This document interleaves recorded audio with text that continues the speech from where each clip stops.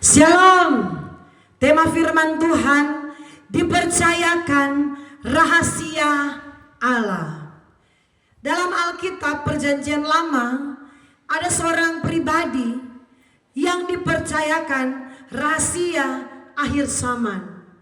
Saudaraku, tidak semua tokoh Alkitab mendapat kesempatan oleh Tuhan untuk mendapatkan kepercayaan mengerti akan rahasia akhir zaman. Saudaraku, siapakah pribadi itu yang dipercayakan rahasia Allah tentang akhir zaman? Ia adalah Daniel. Mari kita lihat kebenaran firman Tuhan yang terdapat dalam kitab Daniel 12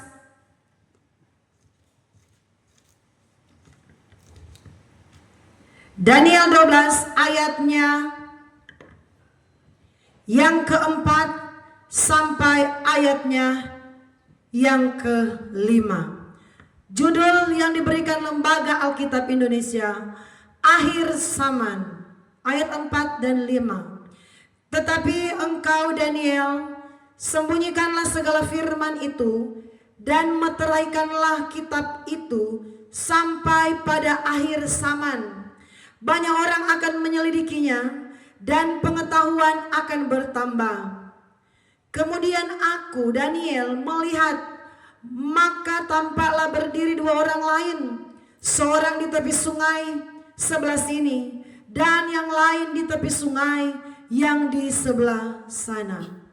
Saudara, akhir zaman, berita tentang akhir zaman adalah berita yang paling menggemparkan. Banyak kejadian-kejadian spektakuler yang akan digenapi Tuhan di akhir zaman. Dan satu-satunya pribadi yang dicatat di Perjanjian Lama yang diilhamkan Tuhan, yang dipercayakan rahasia surga tentang akhir zaman adalah yang bernama Daniel. Kalau kita melihat pasal 12 di sini, mulai dari ayat 1, dia melihat seorang malaikat Tuhan yang bernama Mikael.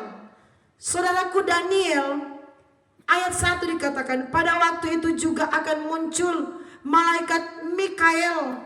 Pemimpin besar itu akan mendampingi anak-anak bangsamu. Dan akan ada suatu kesesakan besar seperti yang belum terjadi sejak ada bangsa-bangsa sampai waktu itu. Saudaraku, akhir zaman ini akan dihiasi dengan yang namanya kesesakan besar. Akhir zaman ini akan diwarnai dengan yang namanya kegentaran, kengerian, akan ditandai dengan yang namanya kesukaran. Dan itu dapat dipercayakan Tuhan kepada Daniel, dapat melihat semua hal-hal itu yang akan terjadi. Saudara diberkati Tuhan, mengapa sih Daniel mendapatkan kepercayaan itu? Saudaraku, kalau saudara mau mendapatkan kepercayaan dari Tuhan, dipercayakan rahasia, diberitahukan Tuhan hal-hal ajaib yang akan terjadi, mari kita belajar tentang pribadi Daniel. Kita akan melihat di dalam kitab Daniel 1 ayat yang ke-8. Daniel berketetapan untuk tidak menajiskan dirinya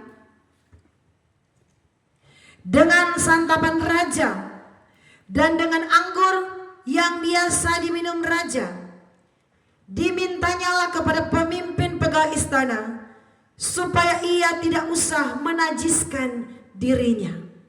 Saudaraku, ternyata mengapa sampai Daniel dipercayakan rahasia Allah, rahasia surga? Ternyata Daniel hidup dalam kekudusan. Dia tidak menajiskan dirinya dengan anggur, dengan makanan-makanan raja. Dia mau hidup kudus dalam kehidupannya.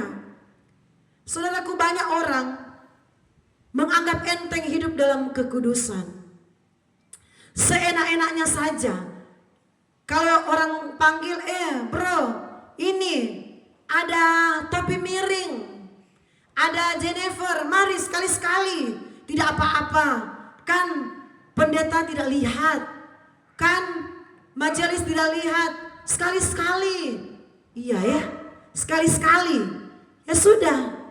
Dia menajiskan dirinya dengan yang saya katakan tadi.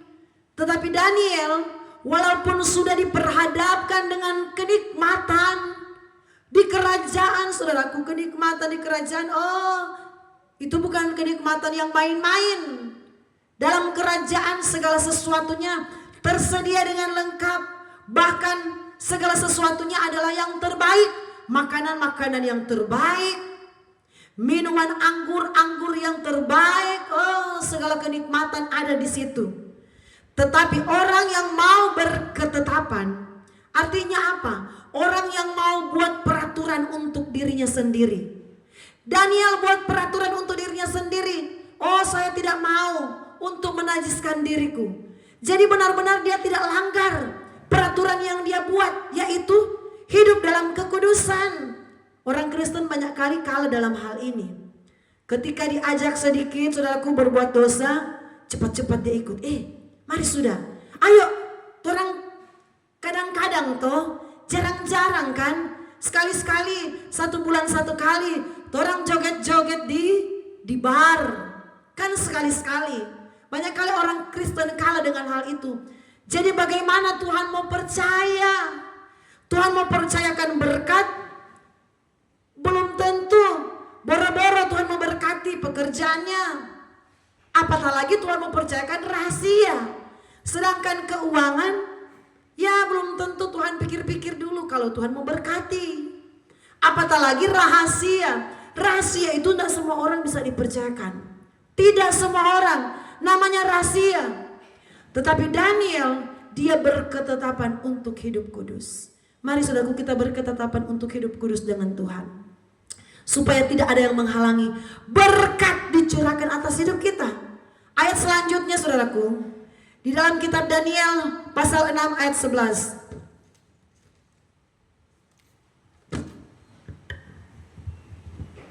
Daniel 6 ayat 11. Demi didengar Daniel bahwa surat perintah itu telah dibuat, pergilah ia ke rumahnya. Dalam kamar atasnya ada tingkap-tingkap yang terbuka ke arah Yerusalem. 3 kali sehari ia berlutut, berdoa, serta memuji Allah seperti yang biasa dilakukannya. Saudaraku, pertama tadi hidup dalam kekudusan. Dan yang kedua yang Daniel lakukan yaitu komitmen berdoa. Saudaraku, Daniel komitmen berdoa. Walaupun dia sibuk, banyak tugas yang dipercayakan raja, banyak tugas saudaraku. Tetapi dia sudah komitmen 1 hari 3 kali dia datang berlutut, berdoa, memuji Tuhan. Seperti yang biasanya dia lakukan. Jadi sudah menjadi kebiasaan. Saudaraku, mari seperti Daniel berketetapan untuk berdoa. Komitmen berdoa. Jadikan aku Tuhan rumah doamu. Saudaraku, kalau kita menjadi rumah doa, hidup kita ini sementara melekat dengan Tuhan. Kalau kita komitmen selalu ada waktu dengan Tuhan, kita sementara saudaraku mengerti isi hati Tuhan. Kita sementara mencari wajah Tuhan. Kita sementara mencari perkenanannya Tuhan. Daniel, dia berkomitmen untuk selalu berdoa. Dia tidak bolong-bolong dalam doanya. Walaupun dia sibuk, dia banyak kerja, dia banyak kepercayaan dari raja, tetapi dalam hal doa dia tidak lewatkan. Saudaraku, mari kita latih di rumah kita. Jam doa kita harus kita patenkan, harus ada jam doa. Bangun pagi mungkin sudah bangun jam 7. Jam 7 itu patenkan sudah berdoa sebelum bekerja. Atau kalau malam sudah mau istirahat, jam 9 malam selesai saudara makan, patenkan jam 9. Harus komitmen dengan jam doa, atur jadwal doa. Jangan kita terlalu banyak waktu di HP. Di HP, ya syukur kalau di HP itu yang kita lihat ialah khotbah-khotbah atau yang kita lihat atau yang kita dengar adalah lagu-lagu rohani, tetapi banyak kali terlalu yang kita cari ialah hiburan. Hiburan yang kita lihat di YouTube, sekedar hiburan sementara, hiburan belaka adanya. Tetapi kalau kita mau bangun komitmen berdoa, atur jadwal kita berdoa sesuai dengan kemampuan kita. Saya percaya Tuhan akan percaya hidup kita. Bukan hanya rahasia-rahasia yang tidak terkatakan yang Tuhan akan beritahu, tetapi Tuhan akan percayakan berkat atas hidup kita. Tuhan percayakan promosi yang besar kita diangkat. Tuhan percayakan perlindungannya menjadi bagian kita. Tuhan percayakan, saudaraku, penyertaannya selalu ada atas hidup kita. Mari lakukan ini. Berkomitmen untuk hidup kudus. Dan saudaraku, buat jadwal doa. Berkomitmen. Kita harus menjadi rumah doa. Selalu dekat dengan Tuhan. Bersandar kepada Tuhan. Maka kita akan dipercaya oleh Tuhan. Tuhan Yesus memberkati.